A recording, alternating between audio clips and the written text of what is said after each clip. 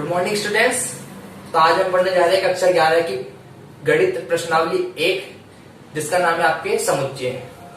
ठीक है दोस्तों, इंग्लिश में अपन इसको सेट्स बोलते हैं। तो आज हम अध्ययन करेंगे कि समुच्चय होता क्या है। तो नॉर्मली आपको नाम से स्पष्ट हो रहा होगा कि समुच्चय यानी समूह होगा, संख्याओं का समूह, किन्हीं वस्तुओं का समूह, अवयव का समूह, किसी भी चीज का समूह आपके क्या कहलाएगा, समुच्चय कहलाएगा। ठीक है दोस्तों। तो लेकिन गणितीय रूप में हम इसमें कुछ प्रतिबंधों के साथ इसको पढ़ा जाता है। समुच्चय होता क्या है, तो एक परिभाषा दी गई है समुच्चय की, क्या कि दो या दो से अधिक वस्तुओं के, संख्याओं के या अवयवों के सुपरिभाषित का ध्यान देना दोस्तों, दो या दो से अधिक वस्तुओं के, संख्याओं के या अवयवों के सुपरिभाषित समूह को अपन क्या बोलते हैं, समुच्चय बोलते हैं। अब सुपरिभाषित से तात्पर्य क्या है, यहाँ पर सुपरिभाषित चीज आया आपके सामने। तो सुपरिभाषित का मतलब क्या है कि जो भी समूह होगा वे किसी दी गई कंडीशन का पालन करता होगा। जैसे कि इसमें एक उदाहरण दिया गया आपको कि एक समुच्चय, एक बोला गया आपसे एक समुच्चय 10 से कम विषम प्राकृत संख्या है। अब आपको पता है 10 से कम विषम प्राकृत संख्या कौन कौन सी होती है, आप कहोगे सर 1 होती है, 3, 5, 7 और 9। ये सारी की सारी जो संख्या है, जो संख्या को समूह, ये सारी की सारी क्या है, 10 से कम है और विषम प्राकृत संख्या है। तो ये एक समुच्चय का निर्माण करती है जो इस दिए गए प्रतिबंध का क्या करती है, पालन करती है। ठीक है। तो समुच्चय के लिए दो चीज होनी चाहिए, एक प्रतिबंध का पालन करना चाहिए, एक या एक से अधिक कुछ भी प्रतिबंध हो सकते हैं, उस प्रतिबंध का पालन अगर करे और साथ में उसमें दो या दो से अधिक अवयव हो तब हम उसको क्या बोलेंगे कि ये एक समुच्चय है। ठीक है दोस्तों। इसी प्रकार मैंने आपसे पूछा भारत की नदियां एक समुच्चय है या नहीं है। भारत की नदियां एक समुच्चय है या नहीं है, तो आप कहोगे सर समुच्चय है। क्यों है, आपको पता है भारत की नदियां कौन कौन सी है। नॉर्मली गंगा नदी है भारत की, यमुना नदी है, ठीक है, और कौन सी नदी है आपकी, ब्रह्मपुत्र नदी है,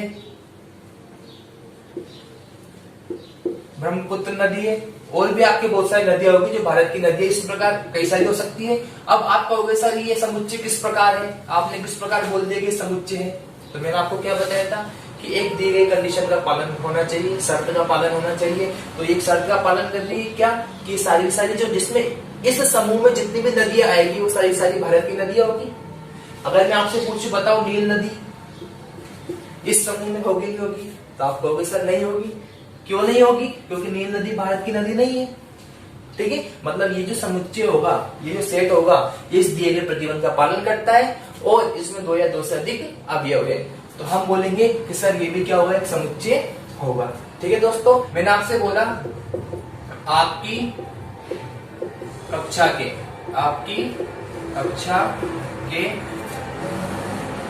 5 होनहार विद्यार्थी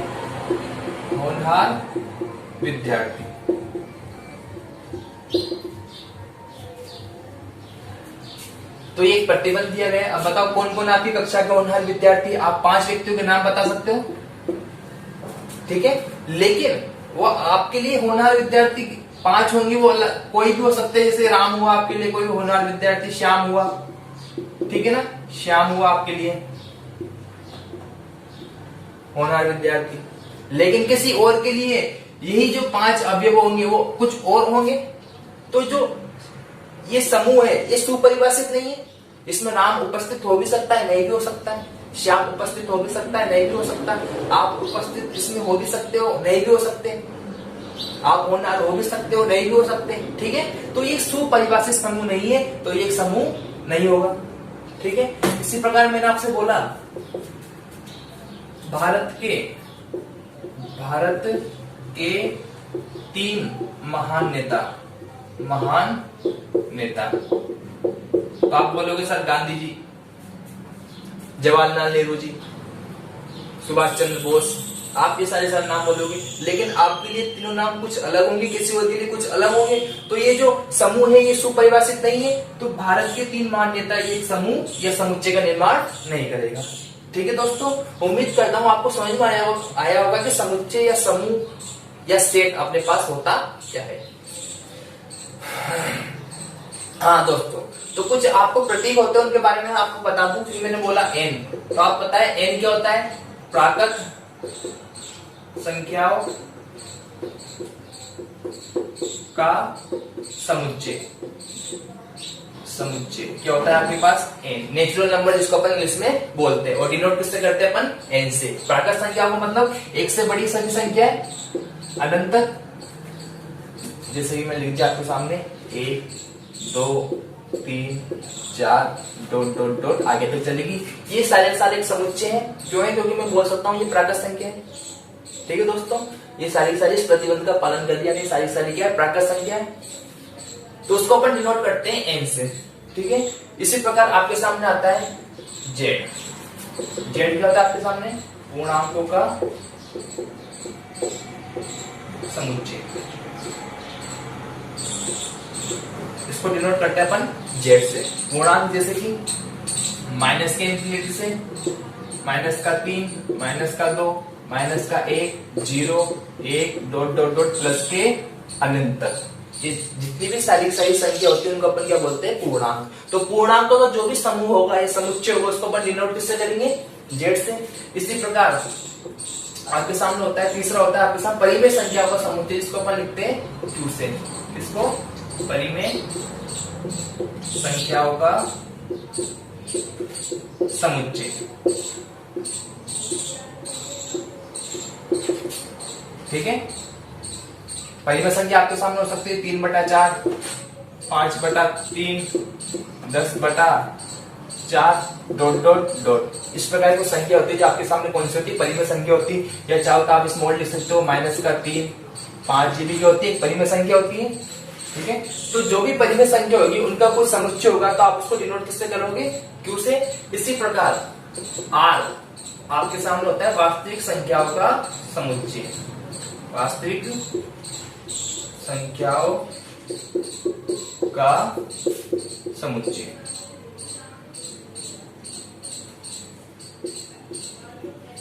ठीक है, वास्तविक संख्याओं के समुच्चय को हम किससे डिनोट करेंगे?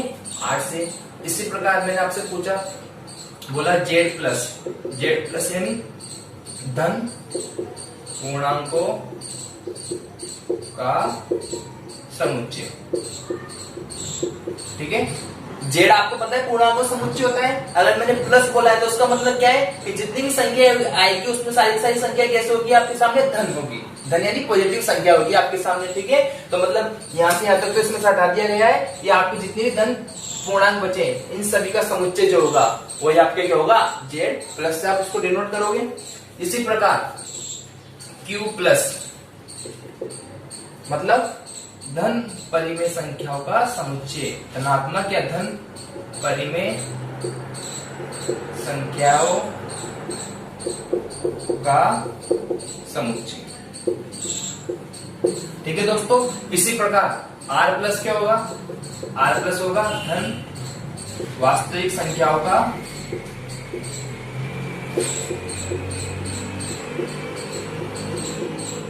समुच्चय। ठीक है, इसी प्रकार आप लिख सकते हो इसमें।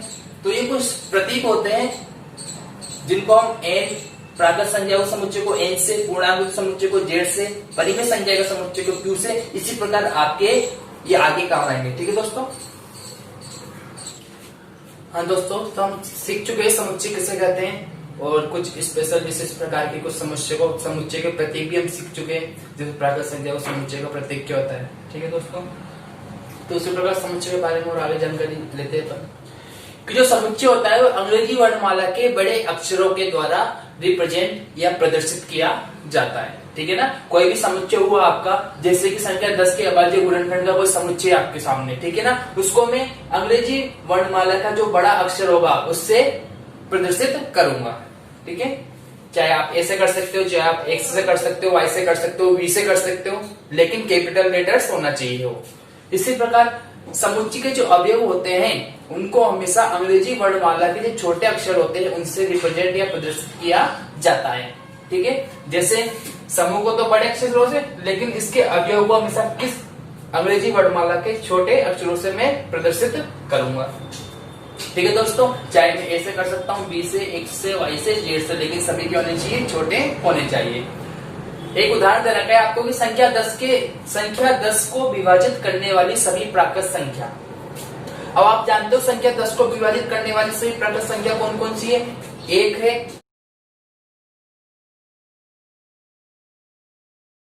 2 है, 2 का भाग संख्या 10 में पूरी पूरी बैठ जाता है, 5 है और 10 है। अगर मैं आपसे बोलूं, अगर मैं आपसे पूछूं कि बताओ कि 2 जो है वो समुच्चय, अगर मैं इस समुच्चय को क्या मानूं, ए मानता हूं, अगर मैं इस समुच्चय को ए मानूं तो ए बराबर आपके सामने क्या हो जाएगा, 1 2 5 10। ठीक है, तो मैं आपसे पूछूं बताओ 2 जो है वो समुच्चय ए में उपस्थित है या नहीं है, तो आप कहोगे सर 2 समुच्चय ए में उपस्थित है, तो इसको आप दर्शाने के लिए क्या करोगे, इसमें आप लिखोगे एप्सिलॉन। ये क्या होता है आपके सामने, epsilon, E P S epsilon, SILON। ठीक है, जिसको हम बोलते हैं क्या, एप्सिलॉन। ध्यान रखना दोस्तों। इसी प्रकार मैं आपसे पूछूं बताओ 5 समुच्चय ए में उपस्थित है या नहीं है, तो आप कहोगे सर है, तो आप लिखोगे 5 एप्सिलॉन ए, 5 समुच्चय ए में उपस्थित है या 5 समुच्चय ए का अवयव है। ठीक है, इसी प्रकार मैं आपसे पूछूं बताओ 7 जो है वो ए का अवयव है या नहीं है, तो आप कहोगे सर नहीं है, तो आप इसको दर्शाओगे एप्सिलॉन नोट से। किससे, epsilon note, EPSILON, epsilon note से। ठीक है दोस्तों, समझ में आया होगा आपको। तो बढ़ते हैं अपने आगे।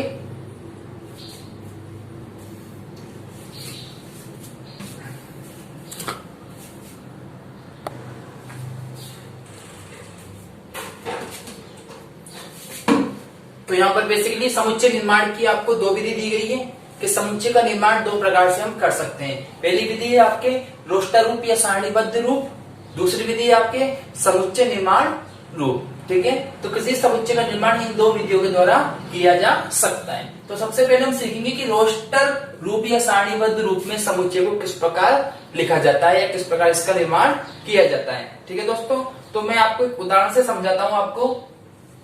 रोस्टर रूप, जैसे कि मैंने आपसे बोला कि संख्या 42 को विभाजित करने वाली सभी प्राकृत संख्याओं का समुच्चय, संख्या 42 को विभाजित करने वाली सभी प्राकृत संख्याओं का, सभी प्राकृत संख्याओं का समुच्चय। ठीक है, तो सबसे पहले आपको देखना पड़ेगा कि संख्या 42 को कौन कौन सी संख्या है जो विभाजित कर रही है, यानी इसके अवयव क्या होंगे, समुच्चय के अवयव। आप कहोगे सर 1 होगा, 2 होगा, 3 होगा, इसी प्रकार 4 नहीं होगा, 4 नहीं होगा आपके सामने, 6 होगा, 7 होगा, 8 नहीं होगा, 9 नहीं होगा, 10 11 12 नहीं होगा, 13 नहीं होगा, क्या होगा आपके सामने 14 होगा, और 21 होगा, और एक 42 होगा। तो ये सारे क्या है, समुच्चय के अवयव है। अब इसको रोस्टर रूप में लिखना है आपको। तो रोस्टर रूप में लिखने के लिए सबसे पहले सभी अवयव के बीच में आपके सामने कॉमा लगाना चाहिए, और ये जो सारे अवयव है ये एक मझले कोष्टक के अंदर बंद होने चाहिए। ये इसका कौन सा रूप हो गया, रोस्टर रूप।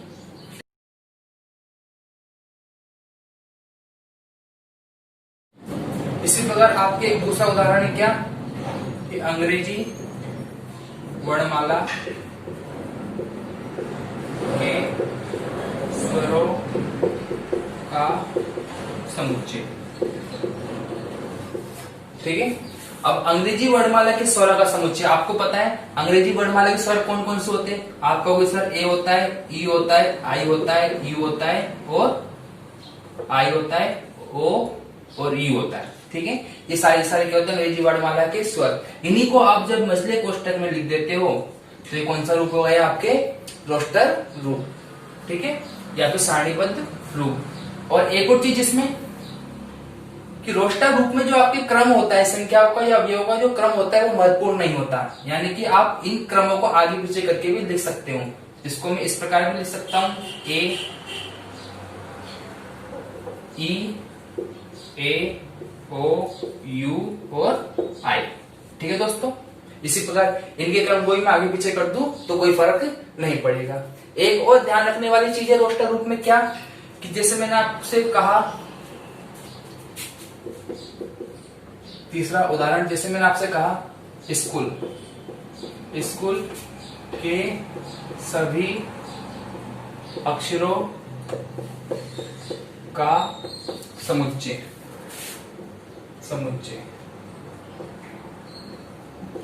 स्कूल के सभी अक्षरों का समुच्चय। यदि मैं उस समुच्चय को बी मानूं तो क्या मैं लिख सकता हूं कि बी बराबर मसला कोष्टक। ठीक है दोस्तों, एक चीज ध्यान रखने वाली चीज ये है इसमें, किस रोस्टर रूप में जो भी आपके अवयव होते हैं उनको दोहराया नहीं जाता, यानी अवयव एक से ज्यादा बार रिपीट नहीं होता। ठीक है, तो आप देखिए इसमें एस एक बार आ रहा है, सी आ रहा है, एच आ रहा है और ओ जो है इसमें 2 बार आ रहा है। तो हम इसमें अवयव को रिपीट नहीं करेंगे, तो केवल क्या लिखेंगे ओ और एल। तो इसका कौन सा रूप हो गया? रोस्टर रूप या सारणीबद्ध रूप। उम्मीद करता हूं समझ में आया होगा। चलते हैं नेक्स्ट समुच्चय निर्माण की अगली विधि की ओर, जिसका नाम है अपने पास समुच्चय निर्माण रूप। ठीक है दोस्तों, तो समुच्चय निर्माण की हमारे पास द्वितीय विधि है, सेकंड नंबर की विधि है, कौन सी? समुच्चय निर्माण रूप। तो इस विधि में किस प्रकार समुच्चय का निर्माण किया जाता है वो हम सीखते हैं। अगर मैं क्वेश्चन नंबर 1 को ही लेकर चलूं और इसको लिखना चाहूं इस रूप में, समुच्चय निर्माण रूप में, तो मैं किस प्रकार लिखूंगा? अगर मैं संख्या 42 को विभाजित करने वाली सही प्राकृत संख्या के समुच्चय को अगर मैं a मानूं तो मैं लिख सकता हूं कि a is equal to, a बराबर आपके सामने क्या होगा? देखो वही मसला कोष्ठक लगा हुआ इसमें भी। अब मैंने आपको एक चीज बताई थी कि जो समुच्चय के अवयव होते हैं उनको हमेशा छोटी एबीसीडी से लिखा जाता है। तो इन सभी अवयव को मैं लिख सकता हूं क्या? x। ठीक है, उसके बाद मुझे लगाना है कोलन का चिन्ह। कोलन के चिन्ह के बाद मुझे बताना है कि x क्या है या x का गुण क्या है। इन जो अवयव है इन सारे अवयव का एक विशेष गुण क्या है? तो आपको पता है ये सारे जो अवयव है वो सभी के सभी 42 को विभाजित करते हैं। ठीक है, तो यहाँ आपको इस x का गुण लिखना है या इस x का प्रतिबंध लिखना है कि x जहां x संख्या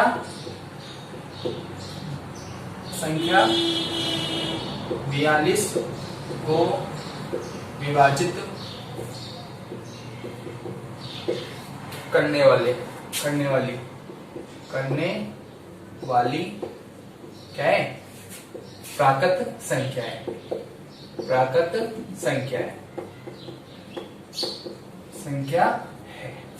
ठीक है दोस्तों, तो इसका कौन सा रूप हो गया आपके सामने? रोस्टर रूप। जहां ये कोष्टक क्या रिप्रेजेंट करता है? इस कोष्टक का मतलब होता है, या इसको किस प्रकार आप बोलोगे? तो आप बोलोगे कि a जहां सभी x के अवयव है, जहां सभी x के अवयव है। और इस कोलन का मतलब क्या होता है दोस्तों? इस कोलन का आप उच्चारित करोगे जहां x संख्या x, जहां x संख्या 42 को विभाजित करने वाली प्राकृत संख्या है। तो इसको आप पूरी तरह से किस प्रकार उच्चारित करोगे कि समुच्चय A बराबर सभी क्या है? x का अवयव है, जहां x संख्या 42 को विभाजित करने वाली एक प्राकृत संख्या है। ठीक है दोस्तों, इसी प्रकार में अगर दूसरे वाले उदाहरण को लेना चाहूँ, किस रूप में लिखना चाहूँ? रोस्टर रूप में। ये आपका कौन सा रूप हो गया? रोस्टर रूप। इसी प्रकार मैं इस वाले क्वेश्चन को रोस्टर रूप में लिखना चाहूँ तो किस प्रकार लिखूंगा? अगर मैं इसके समुच्चय को क्या मानूं? मैं b मानूं तो b बराबर वही मझला कोष्टक, अवयवों को मैंने लिख दिया y से, छोटे y से, इसके बाद कोलन का चिन्ह, और मुझे बताना है y क्या है। आपको पता है y का एक विशेष यानी अवयवों के एक विशेष गुणधर्म है, वो क्या है कि ये सारे अवयव अंग्रेजी वर्णमाला के क्या है? स्वर है। जहां y अंग्रेजी वर्णमाला के स्वर है, कोष्टक बंद। ठीक है, तो इसको किस प्रकार आप उच्चारित करोगे कि v समुच्चय v सभी y के अवयव है, जहां y क्या है आपके सामने? अंग्रेजी वर्णमाला के स्वर है। तो आप कोष्टक को किस रूप में उच्चारित करोगे? जहां सभी, किस प्रकार उच्चारित करोगे आप इसको? सभी